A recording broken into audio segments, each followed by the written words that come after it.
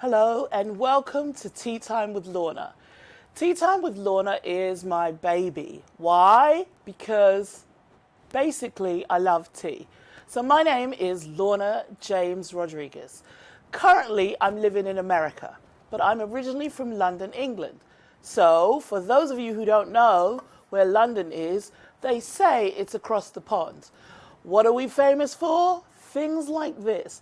This is one of the buses that goes through London. On top of mine, I have the British flag. What are we also known for? Our tea. This is my miniature teapot with, again, the British flag. So welcome to Tea Time with Lorna. I hope you join me every week as I talk to family members and friends and interesting people I meet along life's journey. And we enjoy an array of teas.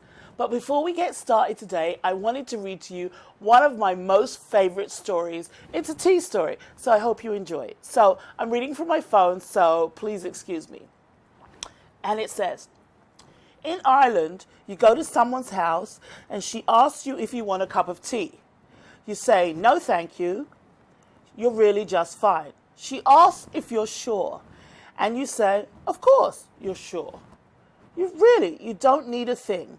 Except the pronunciation for thing is more like ting. Well, I can't do an Irish accent, but you understand. You don't need anything. She says, well, I was going to make one for myself. So are you sure? It's going to be no trouble. Oh, okay, you said. So then, if you're going to make one for yourself, it's no trouble. Go ahead. So she walks into the kitchen and then she makes a big pot of tea. She goes through the whole thing over and over until both of you have decided, you know what, we're both going to have a cup of tea. We're in the kitchen, we're chatting, we're laughing, we're joking. We're just enjoying our time bonding together. Whereas here in America, someone asks you if you want a cup of tea and you say no, you just don't get a cup of tea. I think I like the Irish way best, where we can haggle until we decide we're both going to have tea. So that's one of my tea stories. So, like I said, welcome to Tea Time with Lorna. One of the things I wanted to talk to you about today was the history of tea. Tea, which I don't know if you know this, there's a lot of history behind it. England, despite the amount of tea that we do drink, we were not the first country to have tea. There is a legend that goes back to China from 2737 BC. That's right, before Christ. It's a legend, it's a Chinese legend, and they say that the emperor of China was sitting underneath a tree, while his servant was boiling some water. So while his servant is boiling some water, and they're obviously outside, a leaf from the tree fell into the boiling water. And that is how tea began. Of course, there's many stories, but that's the one I love the most. So that's the origin of how tea came to be known. And that's why mostly it's drunk hot.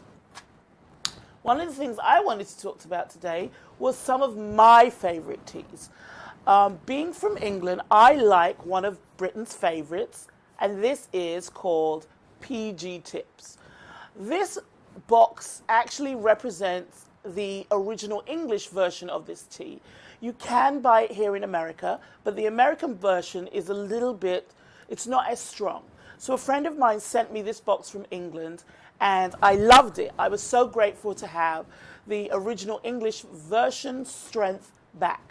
One of the things I liked about this tea, obviously, is its shape. You know, tea comes in so many different forms these days. You can have loose leaf tea, where the leaves, you just have to gather them together yourself and put them into something. We'll talk about that in a minute. And then you can strain it. But this is a tea bag. PG Tips is very different from some of the others. Why? Because their tea bags are actually pyramid shaped.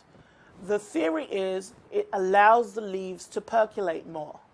I would love to show you a tea bag, but the truth is I drank them all, so there's none left. Sorry. Another one of my favorites is Tetley. Now, as you can see from the box, It says Tetley, but it also says British blend. Why? Again, because this Tetley is a little bit stronger than the other version that they have here. I did buy it here, so you can get this. The box of the other one is more of a blue color, and it doesn't say British blend. Why do I like this? Because again, it's a stronger tea than the one in the blue box. This tea, I don't know if I have one. I don't. I'm so sorry. I thought I had a tea bag. These tea bags are actually round. Again, that's just how Tetley make theirs. This is a round one.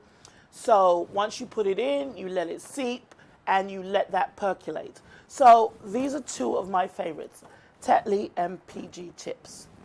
So, excuse me, I'm just going to have a sip. So a little bit more about the history of teas. We have Earl Grey tea. Now, Earl Grey tea, I'm sure you've all heard of it. How did we come to have a tea called Earl Grey? Well, again, there's a rumor about that too. Earl Grey was once the Prime Minister of England. And back in, I think, the 18s, maybe 1830, 1827, somewhere around there, he went to China. I'm not really sure why, but he went to China. So this is the story. There are two versions of the story. One is that he went to China, and while he was in China, they gave him some tea, and he loved it. And they gave him some as a gift, which he then brought back to England. While in England, he liked it, but the tea finished, and he tried to replicate the tea he was given in England. He didn't quite get the same taste and consistency, but what he did get, he liked. Hence why the tea is called Earl Grey tea, named after our Prime Minister. The other version of that story is that he was given the tea in China, in England, and the Chinese gave it to him as a gift. And the story is very similar in that he was given some tea, he liked it, it finished, he tried to replicate it, and his replication is what we now call Earl Grey tea. So that's a great story. So that's how we have Earl Grey tea, which is one of the popular teas in this country, and also throughout the whole world, so not just here. So let me show you some more things I have with me today. This is one of my tea containers. As you can see, it's not that it's typically an English container, but it reminds me of back home. It has a picture of a yeoman of the guard on one side. It has the palace, Buckingham Palace, on the other side. It has a guy playing the bagpipes on the other side, which I absolutely love. And it has some guards from the changing of the guards.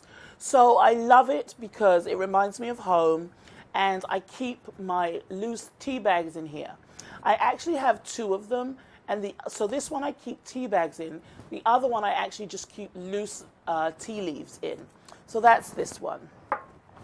This was an early Christmas present, and it's an English breakfast tea. It's a loose tea, which means it's not in a tea bag. And I actually haven't opened it yet. I'm saving it for a special occasion, so I'm not sure how this one tastes yet, but I'm excited, and it probably smells fabulous because I usually like to smell my tea, but I can't smell it through this. I haven't even broken the seal, so I'm not going to do that today. So that's just that tea. So I wanted to share a little story of something that happened to me. So clearly you can see that I love tea. So a couple of years ago, I was on vacation and I was at Atlanta Airport with my sister and my son. Now, when I drink tea, I'll be honest, it's a bit of a show, not deliberately, but because I like my tea, and I'm very specific on how I like my tea. Generally speaking, if I go out to dinner and I have a good meal, there's a high chance that I will finish my meal by having a cup of tea. So, anytime I'm with someone, if they see me order tea, they know I've enjoyed that meal. I am at the airport in Atlanta, Georgia, and I have a great meal. We are waiting as a layover for our next flight. I asked the waitress for tea. Of course, she has a southern accent, which is challenging for me to understand, but okay. She brings a box of tea to me that was, I swear, it must have had 20 different variety of tea. I'd never seen so many teas before. So I laid it out on the table and systematically I'm deciding what tea I want today. So, unbeknownst to me, my sister and my son are shaking their heads because they are now in horror as to what is going to progress from this. I systematically go through the box, I take out a tea bag, I smell. If I like it, I put it to one side. If I don't like it, I keep it in the box. I do this through this box of maybe 20, I think there were maybe 20 tea bags. I go through this. I've now narrowed it down to 4 tea bags. I'm very happy. I push the box away. I get my 20 tea bags and my 4 tea bags, and I've got them laid out, and I said, this is great. This is exciting. I am so focused on my tea, I'm not paying attention to my sister and my son. So I now have 4 tea bags, and I start the process again. I take one up, I smell. Is that, yep, I think it's a winner. I do this, I go through the 4, I've narrowed it down to 2. Now at this point, it's like I'm stretching because it's the final 2. Which one am I going to pick? I don't know. So I've got 2 tea bags left. I weigh the consequences, I read them, and I decide I'm taking the one in the red package. That's the one. I've put the yellow to one side. I've made my decision. At this point, of course, the water is now cold, so I need another hot water, but that's okay. I start to drink my tea. I have never been so disappointed in my life. The tea was horrible. The woman comes up to me, the waitress, she says, I think she says, how was your tea, or something of that nature. And my response was, I fear I have made an erroneous decision. I picked the wrong tea. Of course, I didn't know what else to do. She leaves. But I do drink the tea. On the way back from this trip, we're in the same restaurant. I decide to go back to that restaurant. Of course, my sister and my son, they don't want to go. And I'm like, you don't understand. I should have picked the other tea. I know that. It's going to be so much easier now. Of course, I asked the person for the tea. They bring the container, and I go straight to the yellow package. And sure enough, that was the right tea. It was fantastic. It was so good, I didn't even know what to do with myself.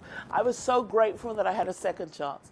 So if you have an opportunity to have dinner with me and I ordered tea, be prepared. There may be a tea story in that for you too. So that's the tea story I wanted to share with you. Here are some more of my favorite teas. So this is a lemon ginger. Why do I like this? Because obviously when you're not feeling well, lemon is good for you, ginger is good for you. So I like to have that. They say it has a lot of probiotics, so that's very good for you. I feel like it has a tendency to help cut down if I have a cold or something like that. So I really enjoy that tea. I'm also very partial to a peach tea. I do like my fruity teas. It has a nice sweet taste to it, a nice sweet flavor. So if you get a chance to try the peach, you absolutely should. It is fabulous. More on my list is this one. This is a white tea chai. I love it. I absolutely love it. I'll be honest, I don't remember where I got it from. I think maybe one of my sisters. It is a blend of spice with white tea. So I can't help but mention that to you. But before I even go any further, let me tell you about some of the teas. According to Men's Health magazine, there are 10 excellent teas that are really good for you. And they are like the 10 best teas. I don't know if they meant the world or if they just meant America. One of the things they've talked about the oolong teas, which have disease-fighting antioxidants. This is something that I guess the Chinese researchers have proven, and it's very, very good for you. Also has a great taste. The green teas, which are out there, they may be able to protect your gums, they say. That is the first time I'd heard that one. Uh, there's some Japanese studies out there that have said that they're really good for your gums. And black tea, some people have said, have been able to ward off Parkinson's disease. And these were in studies in the American Journal of Epidemiology. So what we have is our black teas, our greens, our oolongs, our whites. We have a yellow tea. Of course, we have our herbal teas. So these are all great teas. So you have a great choice. It's not like you have to stick to any of them. Personally, I mostly like the black teas and the herbal teas. Oh, who am I kidding? I like them all. So, of those teas, according to Men's Health, there's one that's called Jamaica. I'll be honest, I don't really know how to say it, but it's a great afternoon pick-me-up tea. It's a Japanese green tea that is mixed with roasted rice kernels. And I thought that was interesting. And it has a nice savory smell, almost like popcorn. So I thought, well, that's going to be on my list of teas to try. There's another one that they said is really good. It's called Serenal, I think it's pronounced. Again, it's another after-dinner drink. It's great for relaxing. And its flavor, it's more delicate than many of the green teas. And it has a hint of lemon and spices. So that sounds nice also. Give me 1 second.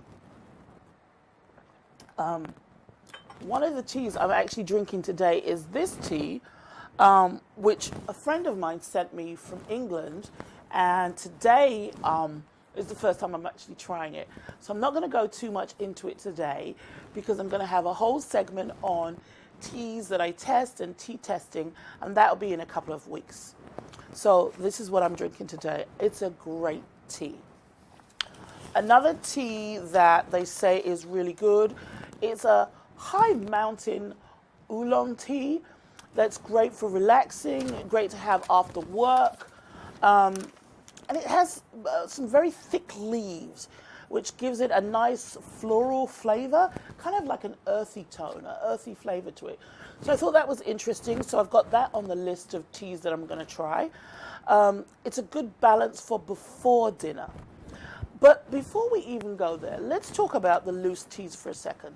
So when you have our loose teas, what you can do is we have infusers. We have these that you can, not infusers, that you can put your tea into. These are your tea strainers. And there are 3 different types of tea strainers that you can use. I like this one. It doesn't matter which one you use. You open it up. There's a clasp here. And you can open it up, and I think this was a gift. You open it up and you can put your tea into it. Oh, mine's not opening right now. But you put your tea into it. I'll open it in a second. You put your loose tea leaves into it, and then you close it and you put it into your cup and you let it brew.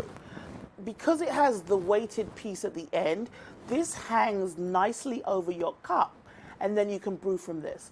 As you can see, I listed 3 different ones that you can use.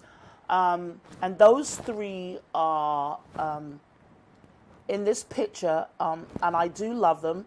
I mostly use the round one, like I said, but that doesn't mean you can't use the others.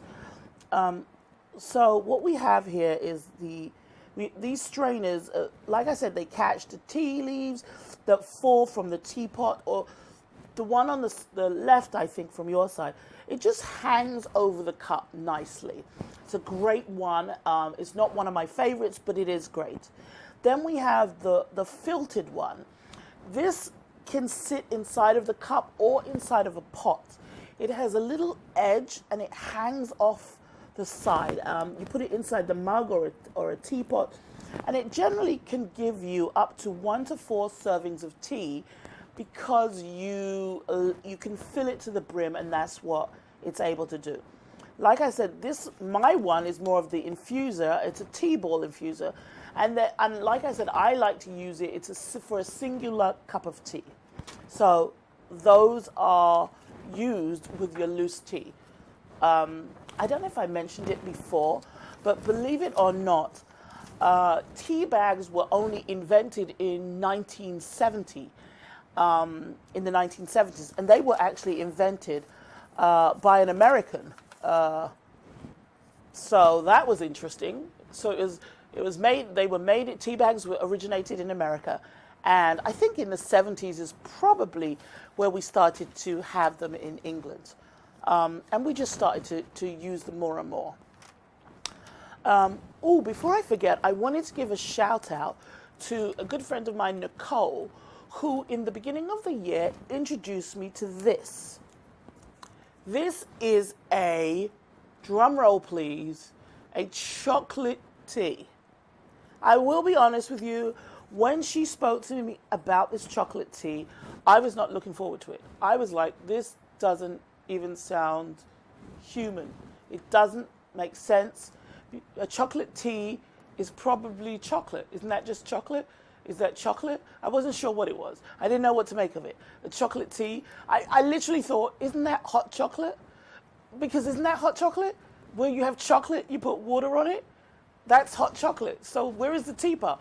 But I was staying in her house at the time, and I wanted to be a polite guest. So I said, absolutely, I'll try it.